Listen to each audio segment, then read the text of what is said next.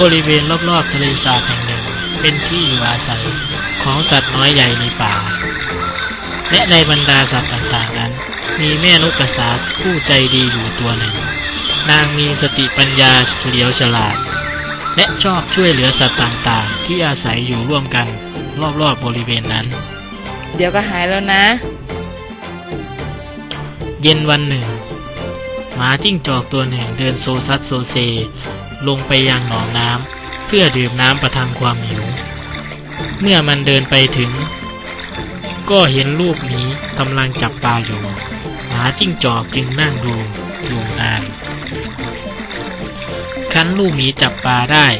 หมาจิ้งจอกจึงรีบกระโจนเข้าไปแย่งปลาและกินเข้าไปทันทีฮ่าฮ่าฮ่าเสร็จข้าละเฮ้ยนั่นมันปลาของข้านะฉับพลันก้างปลาก็ติดคอหมาจิ้งจอกโอ้ยก้างปลาติดคอข้าลำคอลูกหมีจึงพูดก่อนเดินจากไปว่าปลาไม่ใช่อาหารของเจ้าซะหน่อยเป็นยังไงล่ะก้างปลาติดคอแล้วไหมล่ะหาทางเอาออกเองก็แล้วกันฮ่าฮ่าฮ่าฮ่าหมาจิ้งจอกพยายามใช้เท้าของมันเขี่ยก้างปลาแต่ก้างปลาก็ไม่หลุดสักทีมันร้องครวญครางอยู่อย่างนั้นใครก็ได้ช่วยเอาก้างปลาออกให้ข้าทีโอ้ยข้าเจ็บเหลือเกินสัตว์อื่นๆที่ผ่านมาเห็นก็พยายามช่วยมันแต่ก็ไม่มีสัตว์ตัวใด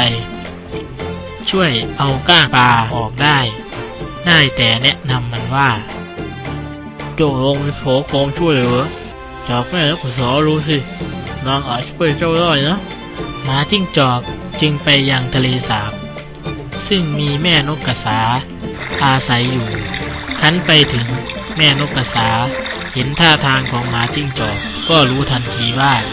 ก้างปลาคงติดคอหมาจิ้งจอกนางจึงถามว่ามีอะไรพอที่ฉันจะช่วยได้ไหมได้โปรดช่วยเอาก้างปลาออกให้ข้าทีข้าเจ็บเหลือเกินถ้าเจ้าช่วยข้าจะให้รางวัลเจ้าอย่างงามทีเดียวก็ได้อ้าปากสิแม่นกกระสาใช้จะงอยปากของนางคาบก้างปลาออกจากคอหมาจิ้งจอกข้ายังชั่วนึกว่าจะไม่ได้กินอะไรซะแล้วไหนล่ะรางวัลที่ท่านบอกจ้องหน้าแม่นกกระสาอย่างโกรธแล้วพูดว่าข้าปล่อยให้เจ้าเอาจะงอยปากของเจ้าออกจากปากข้าก็ดีเท่าไรแล้วยังจะมาขอรางวัลจากข้าอีก